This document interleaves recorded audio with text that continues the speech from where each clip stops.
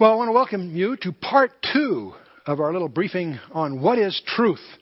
And in this part, we're going to examine our boundaries further. We're going to explore a little bit about the time domain. And we're going to talk a little about, again, about entropy as the arrow of the time domain. Because the time domain is a very strange dimension. It can only go in one direction, generally. And entropy is the arrow of it. And we'll talk a little bit about negentropy. That's the opposite of entropy. It's a synonym for information of life. And we'll talk a little bit about extraterrestrial sources. We'll talk about qualifying your sources of information and testing your hypotheses a little bit. And so let's start by talking about the nature of time. And I'm going to start by asking you to remember what you learned in school about trigonometry. You may recall that in school we learned that a triangle, if we add up the angles in each of the three corners of a triangle, it adds up to 180 degrees. And that was true of any triangle that we encountered. And so suppose a couple of us went out to a large field with a transit, laid out a large triangle, and we added up the three angles of the three corners, and it added up to more than 180 degrees. What have we encountered? It turns out that what we have encountered is the curvature of the Earth. The little rule that we all learned in school about the triangles having only 180 degrees was true of a plane geometry. That is, it was only true of a universe of two dimensions. That's why they called it plane geometry or plane trigonometry. And if we violate that rule or encounter a violation of that rule, it's a hint that maybe we've encountered an additional dimension. If you take a course in navigation, that will include a course in spherical trigonometry where you can have 90 degrees in each of the corners. It's very different. So if you encounter a triangle with more than 180 degrees in the sum of the angles, you know that you're in a convex surface. If you have less than 180 degrees, it turns out you probably encountered a hyperbolic paraboloid, which I don't think is a concern to most of us. We'll move on. Okay.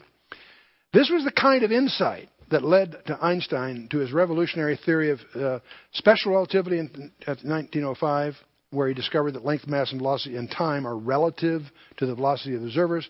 But then he generalized that in 1915 to what we call the generalized theory of relativity, in which we know that there's no distinction between time and space. He realized that space is a four-dimensional environment, not three as we visualize it. That time is just another dimension to our spatial environment.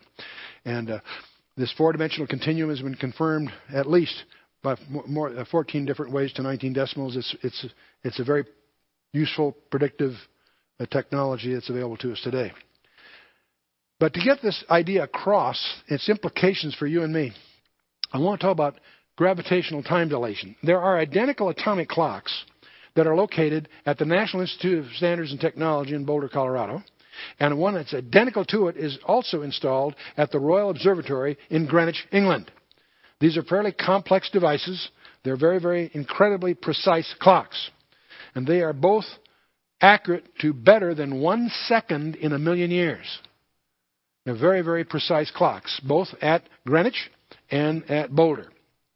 And the reason I remember I was on the board of directors of a company acquiring Frequency Time Systems, a company in Boston that made cesium clocks. And I have vivid memories of that board meeting where the president of this the company that we were acquiring was bragging about how their clocks are accurate to 1 second in a million years. And I raised my hand as an acquiring director and I said, I have only two questions. How do you know? And who cares? Well, how do you know is because of the natural resonance of the cesium atom on which it's based. And who cares? Turns out the accuracy of your measurement of time determines the accuracy of your navigation. And it's these clocks that make, a version of these clocks, that make the global positioning satellite system work. That allows us the precision of geography that we enjoy today. But I want to get back to these two clocks at Greenwich and at Boulder. They're both accurate to 1 second per million years. The one at Boulder, National Institute of Science and Technology, it clicks 5 microseconds per year faster than the identical clock at Greenwich. So they're both very, very accurate. That's unquestioned. And yet the one at Boulder is 5 microseconds a year faster than the one at Greenwich. Which one's correct? Which one's correct? Turns out they both are correct. Time is actually different at Boulder and at Greenwich. At Boulder, the clock is at 5,400 feet above sea level. And at Greenwich, it's 80 feet above sea level. And because the difference of gravity, time itself is slightly different. If I had an atomic clock here on this platform and I raise it 1 meter, it will speed up by 1 part in 10 to the 16th. Not enough to adjust your personal schedules, but it's predictable and it is measurable. So time changes with gravity. These atomic clocks are faster by 10 to the 16th per meter elevation. Give you some other demonstrations. They actually ran an aircraft around the world with one of these clocks. The one that went eastward around the world lost 0.059 microseconds. The one that went westward gained 0.273 microseconds. Not a lot, but exactly what Einstein's theory of relativity predicted in view of all the factors involved. But the other thing you'll read about, if you get into a class on physics or read a textbook on physics on this subject, you'll always discuss, they almost always will make reference to 2 imaginary astronauts. Hypothetical, of course. And we're going to talk about the nearest star. There's a star called Alpha Centauri that's the closest to us. If you go to the night sky, there is a star by the name of Alpha Centauri. It's 4.5 light years away, light year being a measurement of distance. And for this trip, we're going to imagine that we're going to take one of these two. These 2 astronauts are born at the same instant. One we're going to leave here. The other we're going to send to Alpha Centauri and back. So it's 4.5 light years away. We're going to send him there at half the speed of light. Let's assume we could do that. And here on the Earth, because it's 4.5 light years, it'll take him at half the speed of light. It'll take 9 years to get there and 9 years to get back. So here on the Earth, 18 years will have gone by for his round trip. But what about his clock? The clock on the spacecraft that he's going on.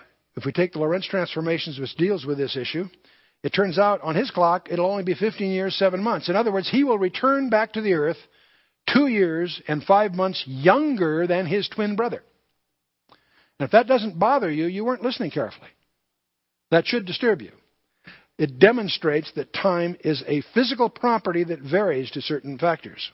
To dramatize this further, let's imagine we could send him almost at the speed of light, 99.99%. A lot of reasons we couldn't, but just to follow through the math here. At that speed, the round trip would take about 9 years. And on his clock, it would only be 33 days. So you would hope that he bought some shrewdly picked stocks before he left on his trip. Time is not uniform. Time is a physical property. We need to understand that because it will resolve many of our paradoxes that we discover in the Bible and elsewhere. Time varies with mass, acceleration, and gravity, among other things. So time is a physical property that varies.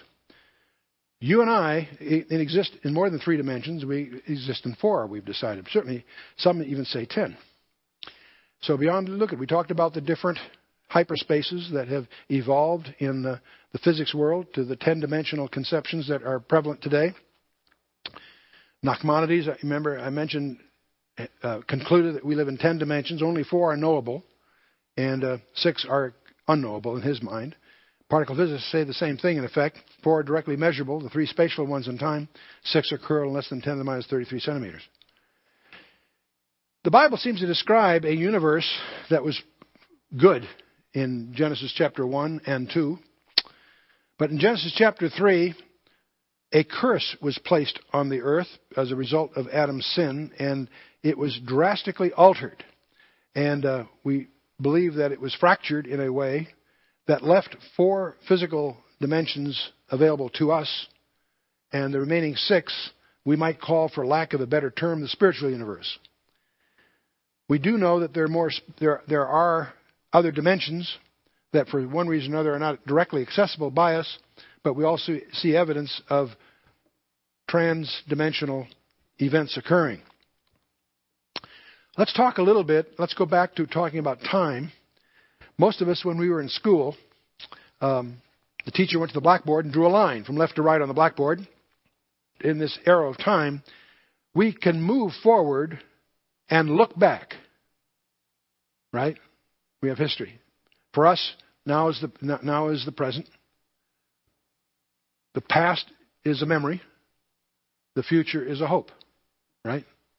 That's why they call now the present a present, right? It's a gift of the present. Looking what we can't do is we can't move back in time. There's lots of stories and literature of what we call time warps, but it only has happened in one case that I know of. It generally does not happen. There was one that became man and went back to a cross on our behalf. But we can't move back, but can we look forward? Not with predictability. We can make guesses, but we don't really see the future. When somebody accurately does see the future, it tends to get our attention. So in thermodynamics, remember I said there was the first law of the conservation of matter and energy. We're all familiar with that one. The entropy laws are the ones we're going to focus on here. The bondage of decay. The third one we generally don't deal with. But the bondage of decay is the one that's going to catch our attention right here. We have measures of information. Remember we talked about disorder versus order, noise versus signal, cacophony versus music, chaos versus cosmos, randomness versus design. On the left we call it entropy, on the right we call it information, and they're opposites to one another, and there is an intrinsic drift from information to entropy. We find a created universe that is highly ordered, and yet it is winding down. There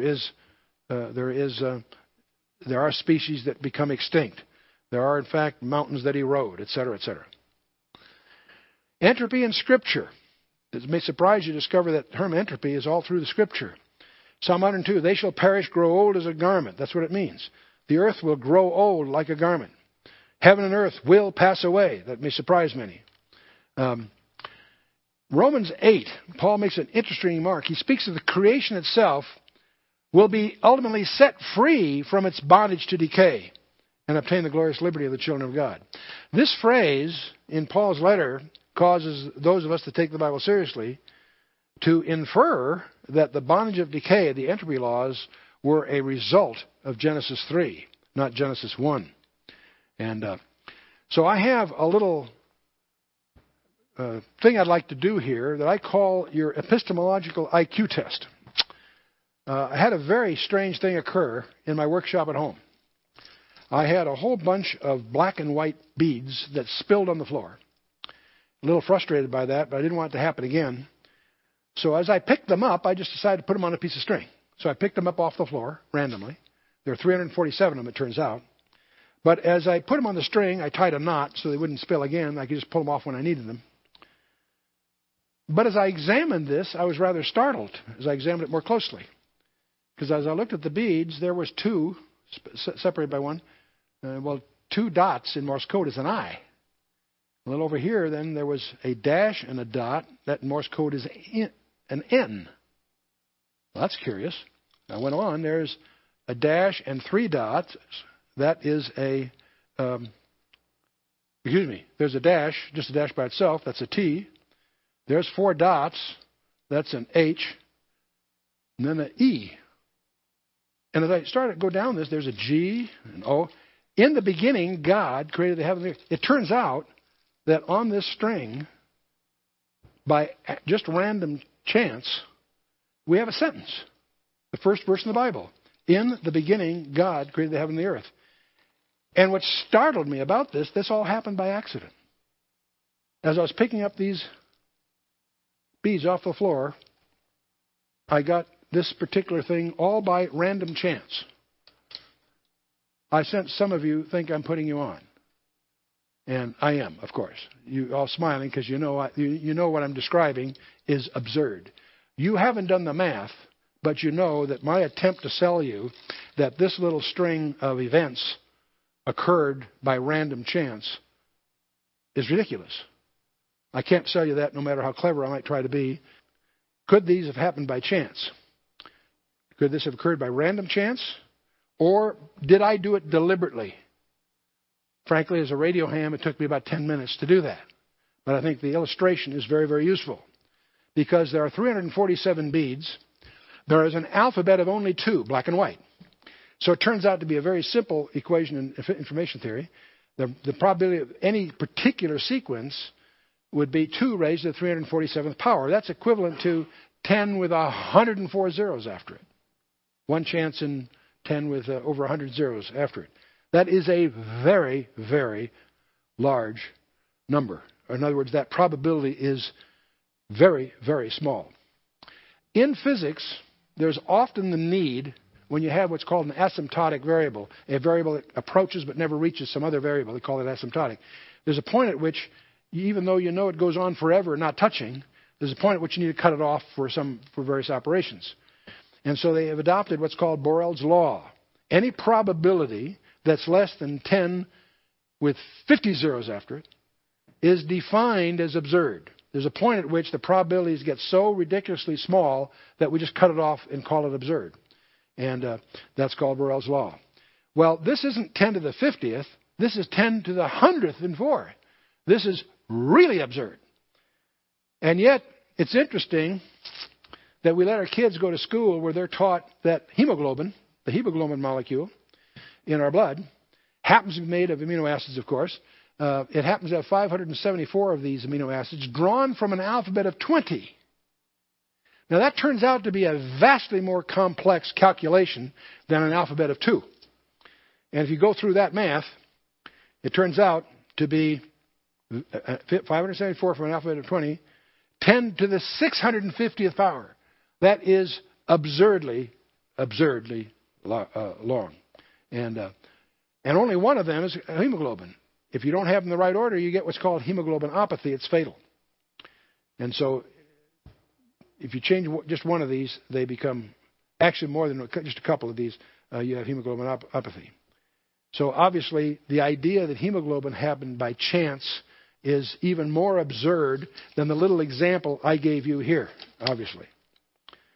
And it's the impossibility of chance. These numbers are very, very big. There's only 10 to the 18th seconds in the history of the universe if you accept a 16 billion year life of the universe.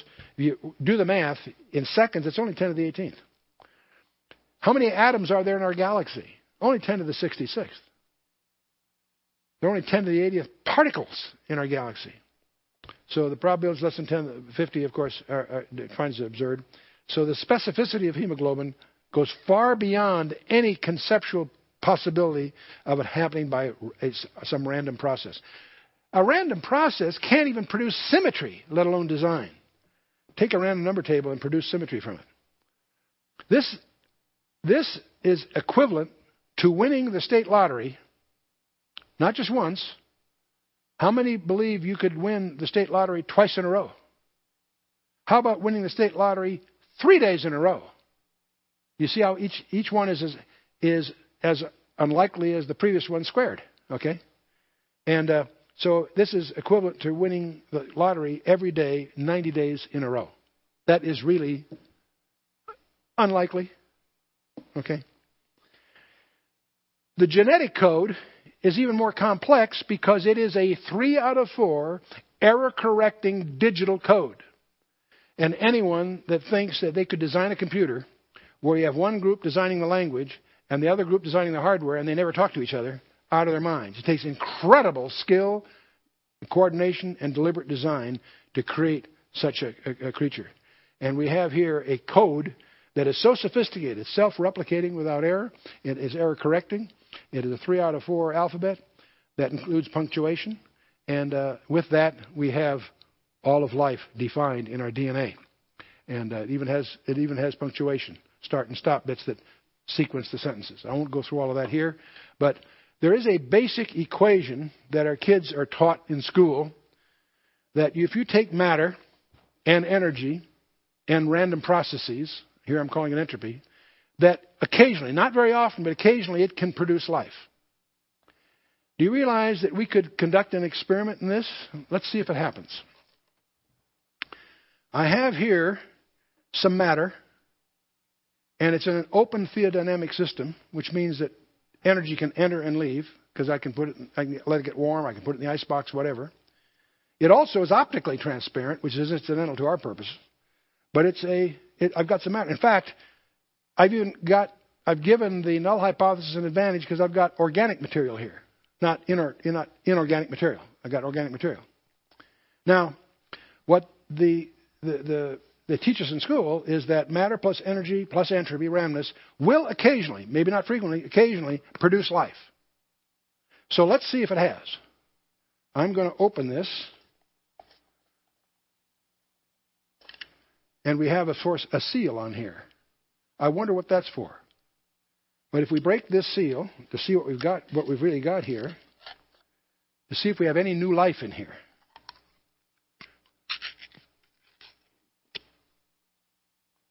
There's no new life, and aren't you glad? See, the only way there can be new life, there has to be a spore of some kind, some information added. The life that's here was the life that was there to begin with, namely the peanuts or whatever. The point is, we conduct over 1 billion experiments a year and have done it for more than 100 years and have never produced new life under these conditions. Because we go to great trouble to make sure. The entire food industry depends on the fact that this equation is incorrect. Matter plus energy plus entropy does not produce life. Matter plus energy plus information produces new life. To have new life, I've got to add some information. I can do that in the form of a germ, a spore, or something like that, is the way the information might get in there. But it takes some... And what's interesting is the entire food industry depends on the fact that biogenesis is impossible. If it was possible, the food industry would be in jeopardy. And it's not. Not from that cause. And that's how they insure themselves with a seal. I mention this silly little example because every time you open now a jar of baby food or a jar of peanut butter, I want you to remember that biogenesis, as taught in the schools, is a fraud. When I for 30 years in corporate boardrooms, I served as a director of a dozen different public companies, chairman and CEO of 6 of those. But over that 30 years, we were subject to laws by the Securities Exchange Commission, which would punish us severely for making a misstatement in any of our investment S1, various documents that we give to our investors. If the same laws that applied to us in the corporate world applied to the publishers of school textbooks, most of them would be in jail because they are littered with deliberate, knowing frauds. The basic question, which came first, the DNA or the proteins? It takes protein to make DNA. The DNA are made up of robots that make the proteins, and the proteins become the robots, 200,000 different kinds, that make up the city that we call a cell. They both had to be created at the same time to a consistent system architecture that implies design in spades. Thoughts, language, are not physical, they're conceptual. The death of Darwinism. Darwinians cannot explain the origin of life because they cannot explain the origin of information. It's information that's required to have life. Let's get back to linear time here again. We started talking about the time domain. I want to get back to this because it's very useful to each of us. The teacher went to the blackboard and drew a line from left to right, very typically. At the left end was the beginning of something, the birth of a famous person or the founding of an empire. The right end of that line might be the end of that person or that empire. How many of you made timelines in school? We all have, sure.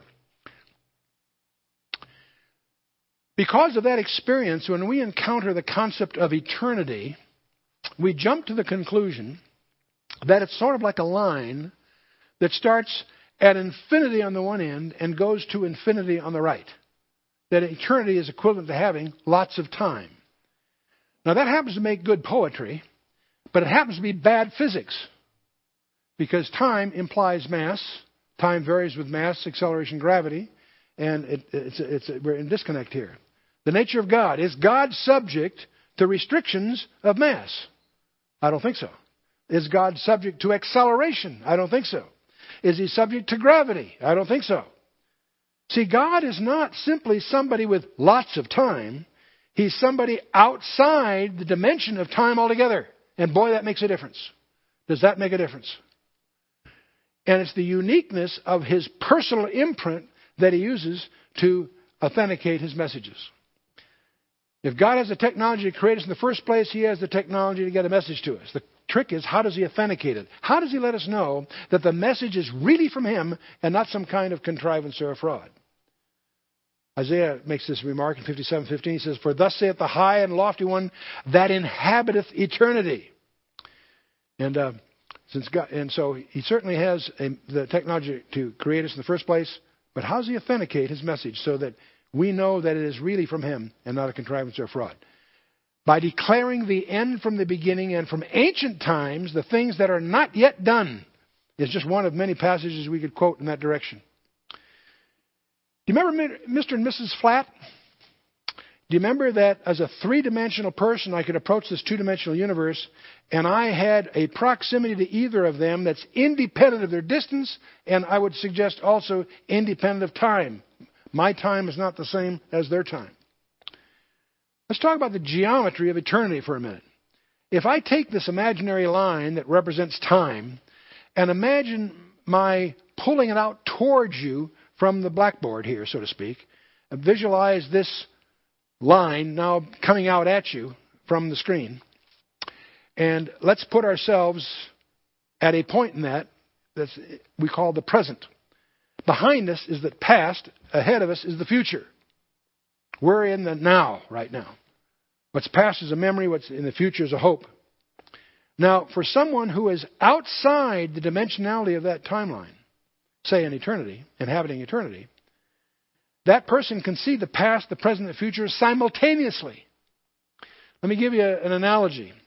Let's assume that we were in Southern California watching the Rose Parade. We're sitting on the curb, and for several hours we watch coming from the front, around the corner comes the marching bands and the next float, and then the various whatever.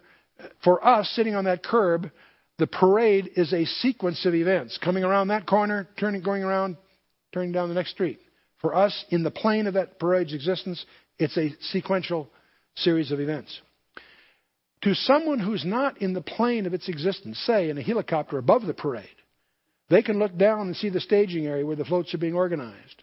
They can see the parade route, and they can also see where they're being disbanded. For someone who is not in the plane of its existence, they can simultaneously see the beginning and the end together, so to speak. A poor example in some respects, but it's maybe illustrative of what I'm suggesting here. So God is outside the dimensionality of time. So eternity is more than having lots of time. It's being outside the boundaries of our reality. Albert Einstein, my favorite quote of his, says, "People like us who believe in physics know that the distinction between the past, the present, and the future is only a stubbornly persistent illusion." I love that. How vivid, how graphic. Our entire life has been committed to two strategic discoveries. You have in your laps, I hope, a collection of 66 books that we glibly call the Bible. 66 separate books that were compiled over 2,000 years, longer than the lifetime of any of the writers, obviously, and most of these writers didn't know each other. In fact, there's about 40 of them. Over 40 authors that penned 66 different books over several thousand years. The first discovery that you need to make for yourself is the discovery that it is an integrated message. I don't mean that it's simply a theme of the old fulfilled in the new. No, much more than that. I'm going to suggest that every detail we now discover is deliberately designed in anticipation of what follows. Now, if that's true, and you need to discover that for yourself, and I'll give you some examples here shortly, then that's the first discovery. We have an integrated message system, 66 separate books, 40 different guys, over thousands of years, in which every detail is anticipated by deliberate, skillful design. That leads to the second discovery that's even more startling, that you can demonstrate, you can prove that origin of that message had to come from outside the time domain, simply because it anticipates with an astonishing precision history before it happens. And that is its authentication. Now, we have the New Testament is in the Old Testament concealed, and the Old Testament is in the New Testament revealed. It is a single integrated design. Every number, every place name is there deliberately. And Jesus gave a hint of that. Jesus said, "Think not that I come to destroy the Torah, the law, or the prophets. I come not to destroy, but to fulfill. For verily I say unto you, till heaven and earth pass, one jot or one tittle shall in no wise pass from the law till all be fulfilled." Now, a jot or a tittle is a Hebraism. A jot is one of the 22 Hebrew letters that you and I would mistake for an apostrophe. And the tittle is a little decorative hook on some of the letters. And so it's like saying, not the crossing of a T or the dotting of an I will pass until all the law is fulfilled. It's a call to taking it very seriously. There, by at least one cataloging, there are over 8,000 predictive verses on almost 2,000 different predictions on 700 different matters. That's J. Barton Payne's encyclopedia. That's his particular cataloging of them. Now, if that's true, can we measure how confident we are? If we think, gee, some of us believe the Bible, sure, but how confident can we be? How sure can we be? Peter wrote in one of his letters, second letter, said, we have not followed cunningly devised fables when we made known unto you the power and coming of our Lord Jesus Christ, but were eyewitnesses of his majesty. He's, of course, alluding to Matthew 17, the transfiguration. But a few verses later, he goes on to say, even though he's speaking as an eyewitness, he says something startling. He says, we have also a more sure word of prophecy, whereunto ye do well to take heed as unto the light that shineth in a dark place until the day dawn and the day star arise in your hearts. What on earth did he mean? He was an eyewitness, and yet he says we have even something better. We have the more sure word of prophecy. What on earth is he talking about? Lord Kelvin, William Thompson, known as Lord Kelvin, made an interesting remark. He says, until we can measure a thing, we really know very little about it. That's what drives many scientists to really measure things, to really make sure we understand them. Well, can we measure confidence? I want to anchor our following discussion on simply one manuscript fact. The Hebrew Scriptures that we call the Old Testament were translated into Greek by 270 BC. That's called the Septuagint version. We have many copies available in any bookstore. These Hebrew Scriptures contain over 300 prophecies that detail their coming Messiah. 300 of them. And let's take a look at a few of these. That he was to be of the David's family. He would be born of a virgin. He'd be born in Bethlehem. He would sojourn in Egypt. He would live in Galilee. Each one of these are from the Old Testament in Nazareth. He'd be announced by an Elijah-like herald. This would occasion the massacre of Bethlehem's children. It would proclaim a jubilee to the world. His mission would include the Gentiles. His ministry would be one of healing. He would teach through parables. He'd be disbelieved and rejected by the rulers. And it goes on. He would make a triumphal entry into Jerusalem riding a donkey. He would be betrayed by a friend for 30 pieces of silver. He would be like a smitten shepherd, be given vinegar and gall. They would cast lots for his garments. His side would be pierced. Not a bone would be broken. He would die among malefactors. His dying words were foretold. He'd be buried by a rich man. He would rise from the dead on the third day. And his resurrection would be followed by the destruction of Jerusalem. This is just a sampling of a list of 300. What I'd like to do in the brief time we have remaining is to examine just 8 of these and come to some conclusions about them. Just 8. We're going to take the simplest ones. Let's take the first one. You've all read it on Christmas cards, if nothing else. Micah 5:2. But thou, Bethlehem Ephrathah, though thou be little among the thousands of Judah, yet out of thee shall he come forth unto me, that is to be ruler in Israel, whose goings forth have been from old, from everlasting. We could spend a whole hour just extracting the gems that are tucked away in this one verse, but we're going to extract just one fact. Where was the Messiah to be born? Obviously in Bethlehem. Question. What is the probability of any person taken at random over the last few thousand years of fulfilling this one? If the population of Bethlehem is less than 10,000 during that period of time, and if there's an average of, say, 1 billion people on the planet Earth, just picking that number out, if we divide that out, there's about one chance in 100,000 or less that a person that you pick at random is born in Bethlehem. Have any of you run into anyone in your travels that has been born in Bethlehem? Besides Jesus Christ. I'll set him aside. Okay. So I'm being generous by saying 1 in 100,000 is probably much more rare than that, but that's serve our purpose. Let's take another one. Again from Zechariah. It says, Rejoice greatly, O daughter of Zion. Shout, O daughter of Jerusalem. Behold, thy king cometh unto thee. He is just and having salvation, lowly, riding upon an ass, and upon the colt, the foal of an ass. Zechariah 9:9. And obviously Jesus Christ went out of his way to fulfill this very specific one. But how many people the last several thousand years have presented themselves as a king to Jerusalem riding a donkey? Well, I don't know of any, but if I say less than 1 in 100, I'm being generous? I think so. Let's take another one. I said to them, if you think good, give me my price, if not, forbear. So they weighed for my price 30 pieces of silver. Familiar verse to many of us. How many people have been betrayed for precisely that amount? 30 pieces of silver. Well, I don't know of many, but that's probably not hard to do. So I'm going to say the probability of someone being betrayed for that specific price is less than 1 in 1,000. I think I'm being generous. Okay? Number 4, the Lord said to me, cast it to the potter. A goodly price that I was prized out of him. So I took the 30 pieces of silver and cast them to the potter in the house of the Lord. Now, this particular one may require a little more familiarity with the New Testament. You may recall that Judas, when he had betrayed Christ, when he saw that he was condemned, repented himself, and brought again the 30 pieces of silver to the chief priests and elders, saying, I have sinned in that I have betrayed the innocent blood. And they said, what's that to us? See thou to that. And he cast down the pieces of silver in the temple and departed and went out and hanged himself. But then notice what happened next. The chief priests took the silver pieces and said, it is not lawful for to put them into the treasury, because it is the price of blood. That was against the law. So they're sitting there on the floor. They can't put it in the treasury, but they had good CPAs on staff. They took counsel and bought with them the potter's field to bury strangers in. What you need to understand is the temple had the obligation, when someone died in the precincts that wasn't anyone responsible for, the temple had to deal with the burial. So they couldn't put the money in the treasury, but what they could do is prepay anticipated expenses. And so what they did with it, they bought a field that would be a cheap place to acquit themselves of this obligation. Wherefore that field is called the field of blood to this day. Now I want you to notice the particulars here. The price was 30 pieces of silver. The location of the transaction was in the house of the Lord, that is in the temple, right? And who ends up with the money?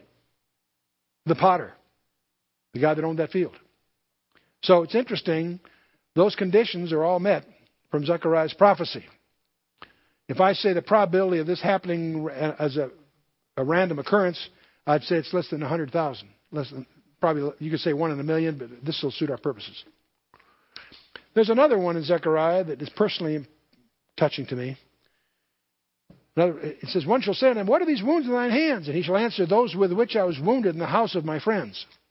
When I first encountered this, in those days, I was a teenager and I was on a memory kick. So when I came across a prophetic thing, I'd type up a little card and put the verse on the one side and the reference on the other and try to learn it. I always carried a few of these as I tried to add to my repertoire. But as I tried to memorize this one, the more I tried, the more confused I got. Because I recognized that, it looked like prophecy at first, but I said, what are these wounds on the hands? Then he shall answer, are those with which I was wounded in the house of my friends. And the more I thought about it, that didn't make sense. I could not visualize a group of Roman soldiers driving spikes through wrists on a bunch of 12 by 12s or whatever as being in the house of his friends. That just didn't compute for me. But I was reading the Gospel of John once and said, but Thomas was not with him that first night. The resurrection day, he appeared to the disciples, but Thomas was not among them. And the next day or so, they ran into Thomas and said, boy, you should have been at the Bible study last night. Guess who showed up? And Thomas was skeptical, you may recall. He said to them, except I see in his hands the print of the nails, and put my finger into the print of the nails, and thrust my hand into his side, I will not believe. That was Thomas's response. Well, after 8 days again, the disciples were within, and this time Thomas was with them. Then came Jesus, the doors being shut, and stood in the midst and said, peace be unto you. Then he said to Thomas, reach hither thy finger, behold my hands. Reach hither thy hand, and thrust it into my side. And be not faithless, but believing. Thomas answered and said unto him, my Lord and my God. Jesus said unto him, Thomas, because thou hast seen me, thou hast believed. Blessed are they that have not seen, and yet have believed. What I realized, it wasn't the nails that wounded Christ, it was Thomas's unbelief. Well, nevertheless, getting back to Zechariah 13:6, how many people, taken at random, have been wounded in their hands in the house of their friends in whatever context? If I see less than 1 in 1,000, I think I'm being generous. Let's take another one here. He was oppressed and he was afflicted, yet he opened not his mouth. He's brought as a lamb to the slaughter, and as a sheep before her shearers is dumb, so he opened not his mouth. Isaiah 53 is a chapter that details the crucifixion, even though it was written as a pillar passage in the Old Testament. How many people, prisoners, accused of a capital crime, make no defense even though they're innocent? How many prisoners accused of a capital crime, death penalty situation, make no defense even though innocent? If I say less than, there probably have been some, not many, but some. But if I say of all the prisoners, less than 1 in 1,000, I think I'm being generous. Are you with me so far? Okay. Another one from Isaiah 53, he made his grave with the wicked and with the rich in his death, because he had done no violence, neither was any deceit in his mouth. How many died among the wicked and yet were buried with the rich? That should whittle it down, but if I say less than 1 in 1,000, I think I'm being gracious. One more, last one. We have to take one out of Psalm 22. Psalm 22 reads as if it was dictated first person singular as he hung on the cross, even though it was written 700 years earlier. For dogs have compassed me, the assembly of the wicked have enclosed me, they pierced my hands and my feet. Now, what makes this remarkable, this was written 700 years before crucifixion was invented. The official form of capital punishment in Israel was stoning. But here in their scriptures, the Messiah is to be crucified. It was invented by the Persians, widely adopted by the Romans. How many people, taken at random, in the last 2,000 years, have died by having their hands and feet pierced? There were many thousands, of course. But if I say less than 1 in 10,000 of the entire population, I'm being generous. Okay? So I've given you 8 prophecies we've selected here. Born in Bethlehem, king on a donkey, 30 pieces of silver, transaction in the temple to the potter and all of that. Wounds in his hands, no defense though innocent, died with the wicked, grave with the rich, crucified.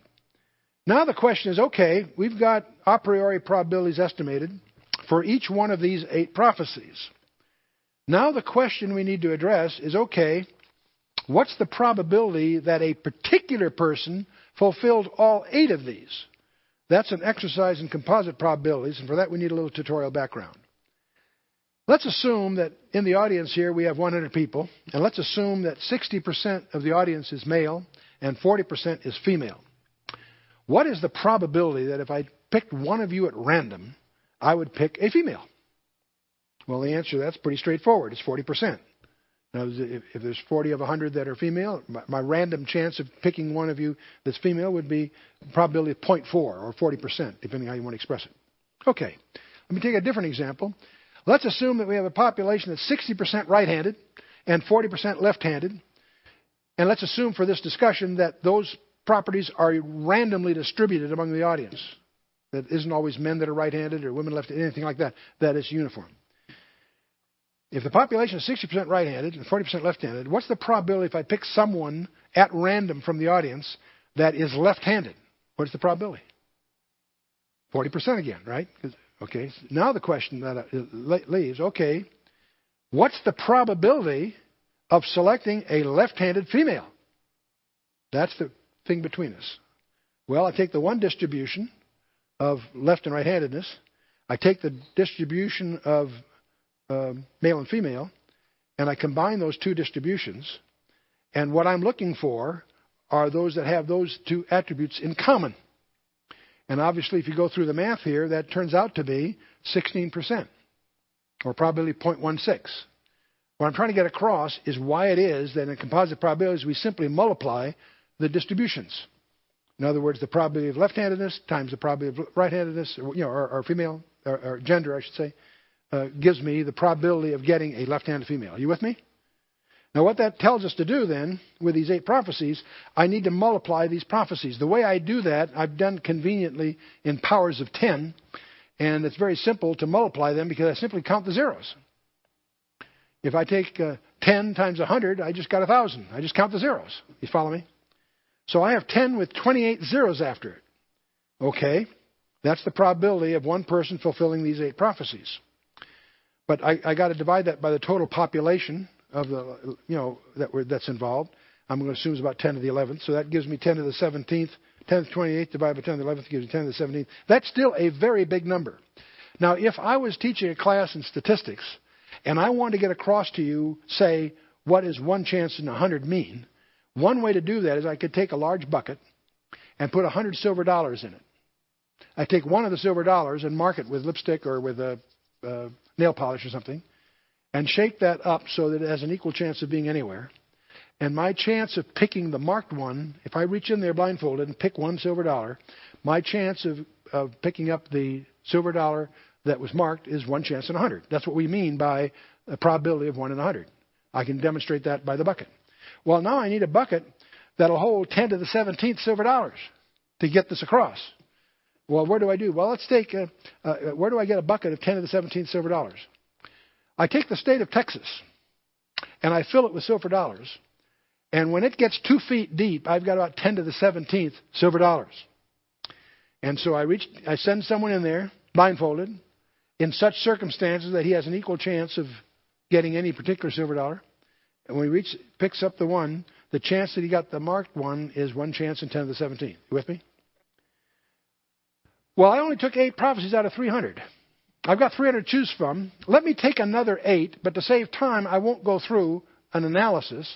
I'm going to stipulate that the next 8 are no less likely than the first 8. Now, that's a fiction because the next 8 will be more precise and more rare.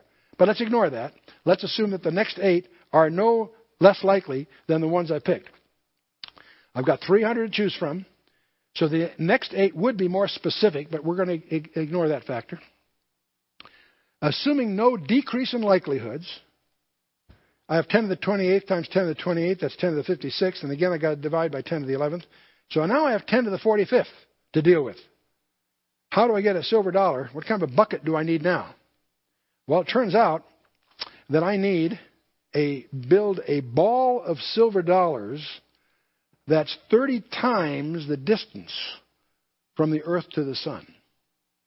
And that will give me 10 to the 45th silver dollars. I'm just trying to get across how huge, absurdly huge, these probabilities have come so far. Let's do this one more time. This time I won't double, I'll triple it. I'll go from 16 to 48. And again, I have 300 to choose from. And assuming no decrease in likelihoods, I now have 10 to the 28th 6 times. That's 10 to the 168. I got to divide that by 10 to the 11th again. So now I have 10 to the 157th to build up. To try to demonstrate a probability of 10 to the 157th, silver dollars won't work. They're too big. So I'm going to indulge in an imaginary element here. It's the smallest thing that you can imagine. Let's make it an atom. We're going to make a ball of atoms. Okay, I need to get to 10 to the 157th. How am I going to do this? Well, if I make a ball of atoms involving every atom in our galaxy, that's 10 to the 66th. You say, well, gee, I'm a long way from 10 to the 157th. That's right. I need to make such a ball for every atom in the universe. That's 10 to the 66th. I'm 10 to the 66th. Now I'm 10 to the 132nd. I'm still a long way from 10 to the 157th. I'm already beyond our ability to imagine this in the first place. I'm going to repeat this whole exercise every second since the universe began, assuming a 16 billion year lifetime. And now I'm only at 10 to the 149th. I've still got a long way to go. 10 to the 149th versus 10 to the 157th. I am still short by 100 million times. Now, I've obviously, in running out this exercise, gotten to beyond our threshold of conceptual reach here. But I want to point out that I've only dealt with 48 of over 300 prophecies. What am I trying to get at? I'm convinced that Jesus Christ was the Messiah of Israel. I'm more confident in that fact than I am my own name, my own existence. And I've incidentally skipped some of the most amazing of them. His detailed genealogy. The specific prediction of the precise day that the Messiah would present himself as king to Jerusalem. The Old Testament Midrashic prophecies, and a lot of others. Let me just pick one to give you a flavor of this. In Daniel chapter 9, Gabriel tells Daniel that from the commandment to restore to build Jerusalem, which is yet future to Daniel, unto the Mashiach Nagi, this is 5 centuries before the fact. Gabriel told Daniel that from the commandment to restore and to build Jerusalem to the Messiah the King would be a particular period of time. This is recorded in the Septuagint, 3 centuries before Christ was born, 300 years before the event. Gabriel told Daniel that it would be, in effect, 173,880 days from that commandment to the Messiah being presented himself as king. Well, that commandment, we know, is the decree of Artaxerxes Longimanus, March 14th of 445 BC. And the only time that Jesus allowed himself to be presented as king is when he rode that donkey into Jerusalem in the event that we call the Triumphal Entry. And we're indebted to Sir Robert Anderson, who was knighted, head of Scotland Yard, whose landmark work in 1894 unveiled all of this to us. But if you go through the arithmetic of the calendars, from 445 BC to 32 AD, remember there's no year zero, 173,740. From March 14th to April 6th is 24 days, and you correct for leap years 116. I want you to notice that Gabriel's announcement was precise to the very day, 5 centuries before the event. Astonishing passage that there's just no way you can, with intellectual integrity, attribute this to random chance or accident. This message came from outside the dimensionality of time, from the Creator Himself.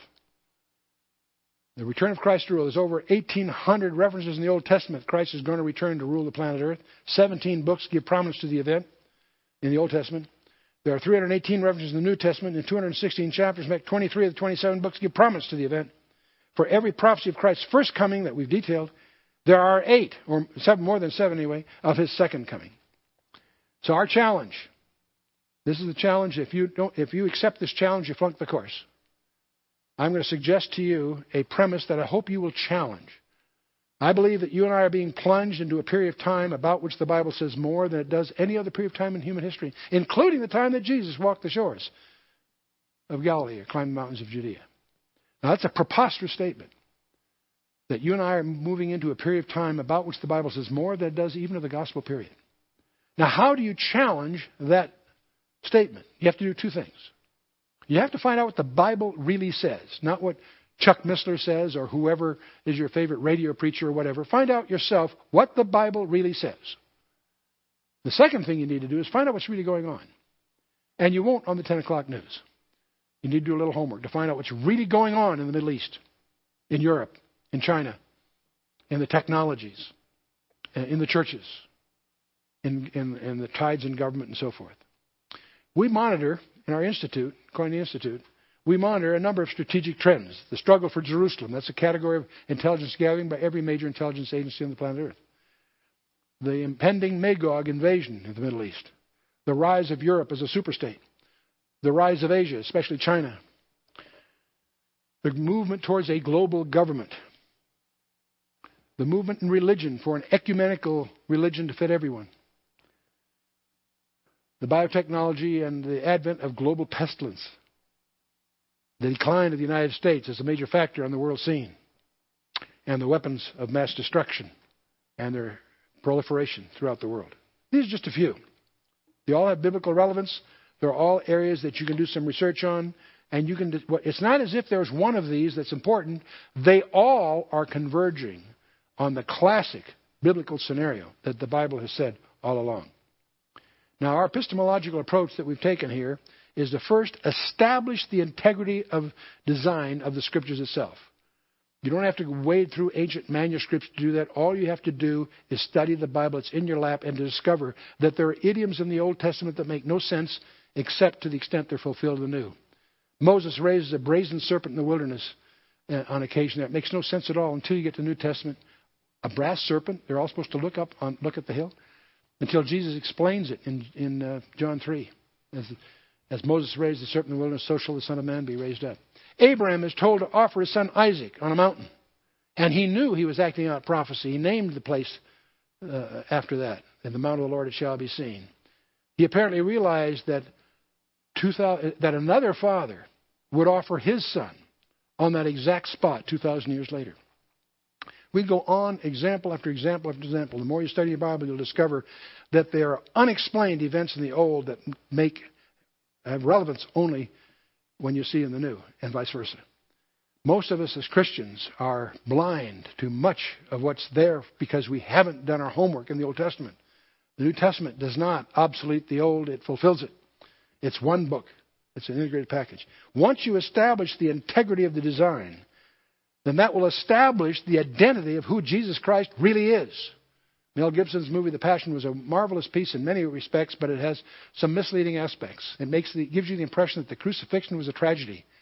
It was an achievement planned before the foundation of the world. And He fulfilled it. We need to understand who Jesus Christ is. And then having established who He is, that authenticates the whole package. That's our epistemological approach. There are some additional forms of authentication I'll share with you very quickly that you might find provocative.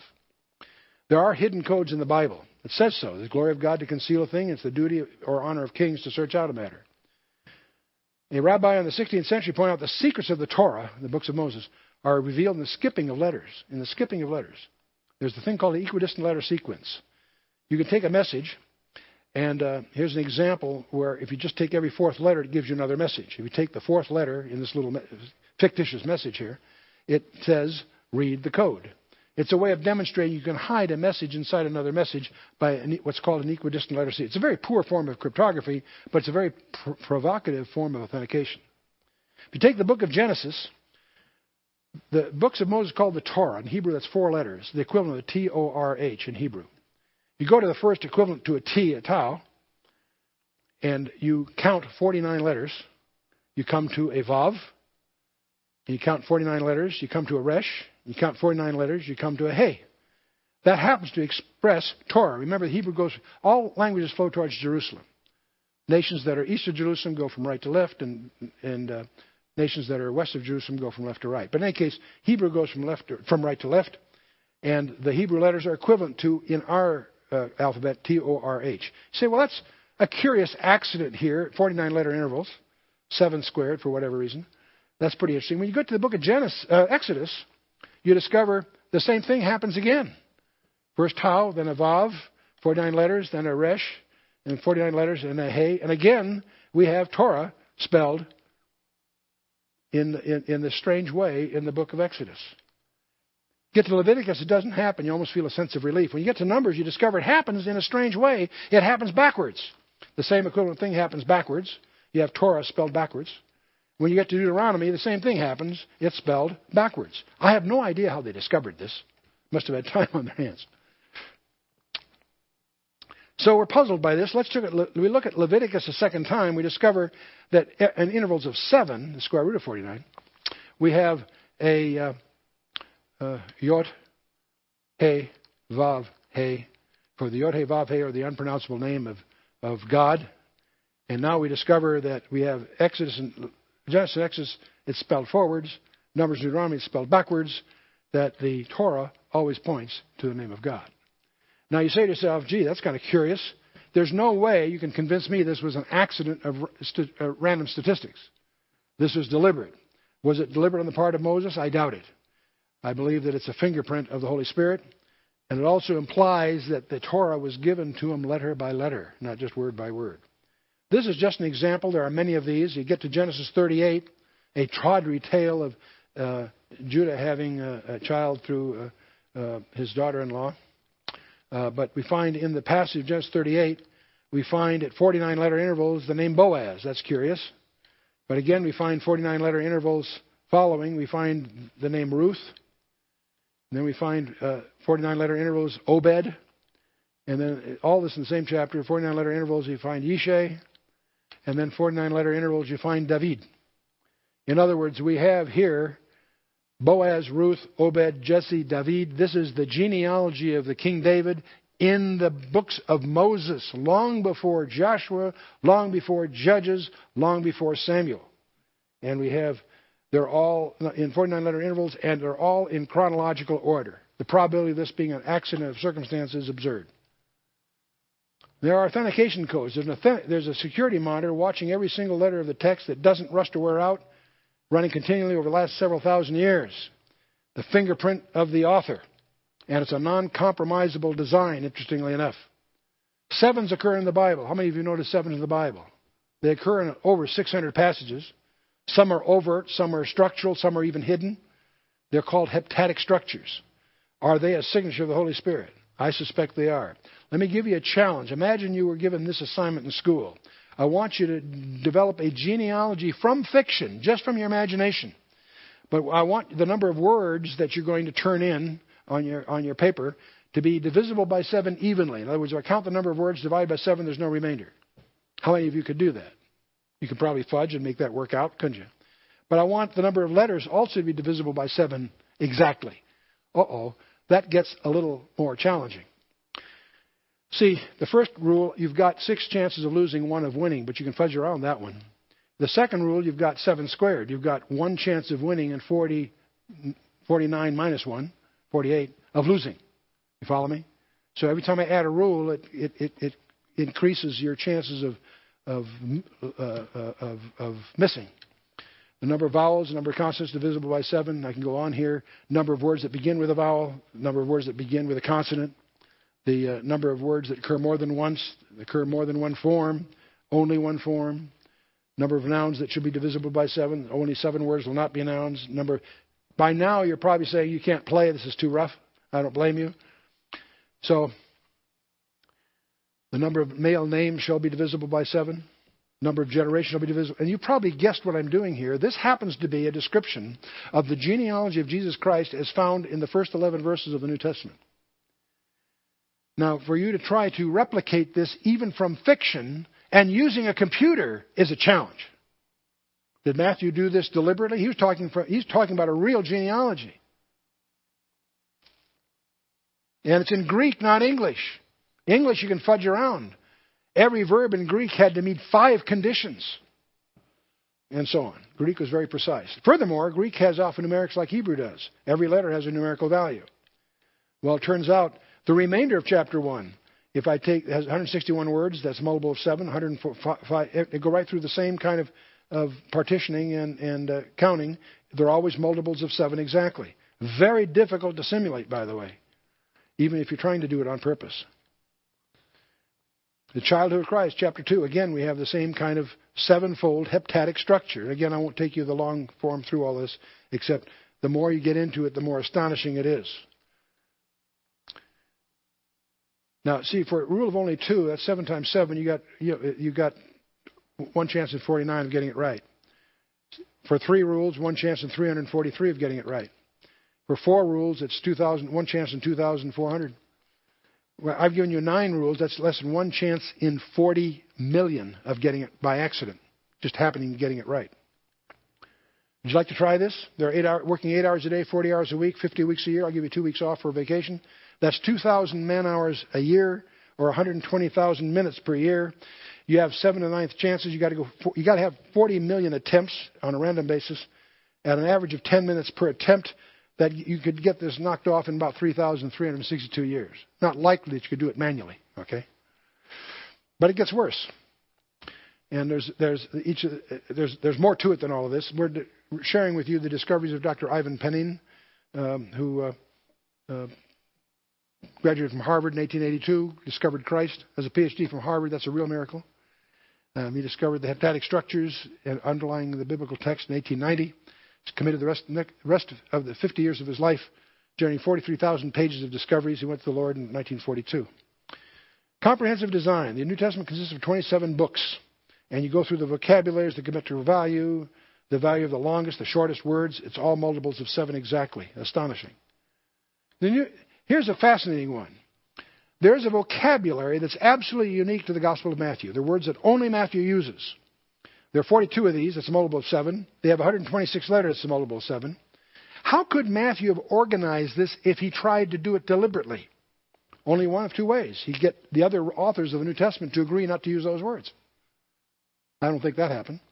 Or you could argue from this phenomenon that his gospel must have been written last, because then he could look at all the others and make sure that these 42 were that this geometry be preserved. So all they have in common is that they're unique to Matthew. So I could use this argument to prove that Matthew wrote his gospel last. Except I can use the same argument for the Gospel of Mark, because its vocabulary is a multiple of 7 exactly. The words that are unique to Mark. The words that are unique to Luke are a multiple of 7 exactly. The Gospel of John. Each one of these wrote theirs last. Obviously not true. James, Peter, Jude, and Paul. All 8 of these guys have vocabularies that are unique to them, to their writings, that are multiple of 7 exactly. Do you detect the fingerprints of the Holy Spirit here? There is a design of experiments. Reality can be one case or another, and our hypothesis can be one case or another. If our hypothesis says it's true and it is true, that's a win. If our hypothesis says it's false and it is false, that's also a win. And our experiment was successful. Our decision was correct. You with me? If, however, we assume if it's really true and we think it's false, that's a type 1 error. If we think it's true and it's not true, that's a type 2 error. They take these labels from Neyman and Pearson in statistics. In other words, if your hypothesis fits reality, whether it's true or false, if it's correct, that's a win. If your hypothesis is just out of step, if you reject a true hypothesis or if you accept a false hypothesis, that's a type 1 or type 2 error in the design of experiments, which is a field of science. It's the mechanism by which we test hypotheses and try to determine what reality is. The problem is, of course, that no experiments are perfect. It'd be really great if they had a 99% of being correct. In other words, our hypothesis was such that if reality is true, there's a 99% chance of detecting it, or if the reality is false, we have in other words, it's no experiment's perfect. It always leaves some element of doubt. But if we've got a 99 and maybe a fraction % of being correct, that's considered fabulous, if you will. In real life, it's worse than that. It's probably a little more uncertain because our experiments are never, that's why we do many different kinds. There are some cases where there's absolutely no utility from the hypothesis because it has no discriminating ability. That's what you're trying to avoid in designing your experiments. Now, Pascal talked about a wager about God. If it's true and you accept God, that's fabulous. If God is real and you reject him, that is super bad. On the other hand, if God does not exist and you assume he does, well, that's still a small win. You've probably lived a better life. But if God does not exist and you assume he doesn't, that's a zero. You don't gain anything by that. That was Pascal's wager, as they call it. He says, in his classic piece of work back in 1670, he said, let us assess the two cases. If you win everything. If you lose nothing. That's to him a slam dunk. That's an easy decision. Why not give up that which you cannot keep in order to gain that which you cannot lose? That's really the epistemological problem that's facing each one of us. Why now? Because I believe we're being plunged in a period of time about which the Bible says more than any other period of time in history, including the time that Jesus walked the shores of Galilee and climbed the mountains of Judea. We are being plunged into a crisis period. To decline to take the Bible seriously can be a result of being unaware of what we know about the very boundaries of our own reality. Would you take a physics course using 1950 textbooks? I don't think so. Would you take a physics course with 1970 textbooks? Hardly. 1990? Probably not. The Bible has not changed, didn't need to. The more you know about the advancement of science, the more comfortable Genesis 1 reads. And if you don't believe that, take a look at our Genesis commentary. It's available. The ultimate truth is the person, the identity of Jesus Christ. He was the most anti-religious person that ever walked the face of the earth. This is not about religion. It's about relationship. Relationship with the personification of truth itself. It's the most important discovery of your life. Your eternal destiny depends upon it. Now, we are an international trust. It has two parts. We have a publishing house called Koinonia House that's published this for you. We have an institute called the Koinonia Institute. The Koinonia House is an electronic publisher in the Christian field in a number of different media forms. We have one of the largest, oldest websites we invite you to take a look at. We have online fellowships around the world with that website. The Institute indulges strategic studies in geopolitics, in science, archaeology, and elsewhere. We have a network of research associates around the world that help feed us current events in this area. You can get graduate course credit for all our Bible studies and other studies. They are accepted by some universities. The Institute deals with 3 tracks. The Berean track takes after 1711 to be like the Bereans, receive the Word of God with all openness of mind, but search the Scriptures daily to prove whether those things really be so. The Issachar track, after the sons of Issachar, who understood the times and knew what Israel had to do. That's our prophecy channel, if you will. And Koinonos is our 3rd track, taken after the 3rd commandment, thou shalt not take the name of the Lord thy God in vain, which we don't believe has anything to do with vocabulary. It has to do with ambassadorship. If you're going to represent the king, you better do it competently and faithfully. And our materials are accepted by Louisiana Baptist University, among others, all the way up to the PhD degree, up to half of all the requirements to a PhD degree. And our Berean things, commentaries, the Issachar studies the strategic trends and advocates becoming a master of one of them and perhaps enrolling as one of our research associates. And the Koinos track deals with discipleship, small group participation. That's where real growth takes place among most people. Teaching assistantships, regional ambassadorships, and that's what we're all about. We're a Koinonia Institute, and we hope that you have a great time discovering the reality that the Bible really is true.